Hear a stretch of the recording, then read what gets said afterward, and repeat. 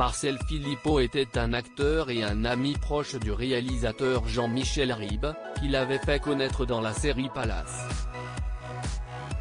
Dès que sa mort a été annoncée, ce dernier s'est pressé de rendre hommage à son ami disparu, sur son compte Twitter, élégant, délicat, cultivé, bienveillant, irrésistible, toujours d'attaque pour combattre l'esprit de sérieux, victime d'une dépression acharnée. Mon ami l'acteur Marcel Philippot s'est donné la mort hier. Une issue de secours vient de disparaître, j'étouffe de tristesse.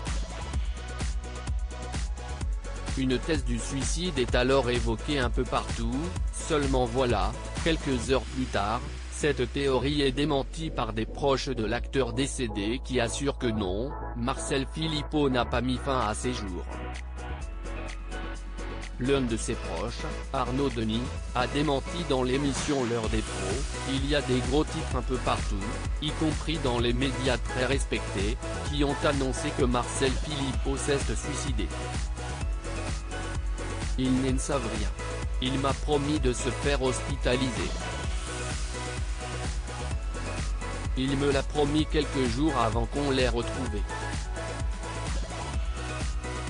Nous ne savons rien, si est-il un suicide ou pas, a-t-il expliqué, évoquant la possibilité d'une crise cardiaque. Mais alors, pourquoi cette théorie sur son suicide s'est répandue? Jean-Michel Ribes s'est expliqué sur les raisons de son tweet. J'ai appris sa mort et j'ai vu sur sa page Wikipédia qu'il s'était suicidé, donc je l'ai repris dans mon tweet. Pour moi, Wikipédia est une information précise.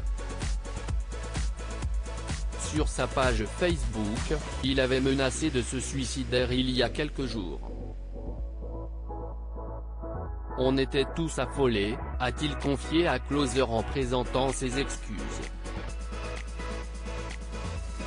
Qui était Marcel Philippot? Appelez-moi le directeur, je l'aurai, un jour je l'aurai. Vous connaissez ces répliques, ce sont elles qui ont rendu Marcel Philippot célèbre.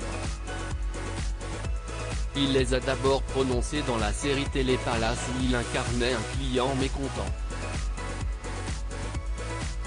Ce personnage a d'ailleurs été repris dans les années 2000, par Lama.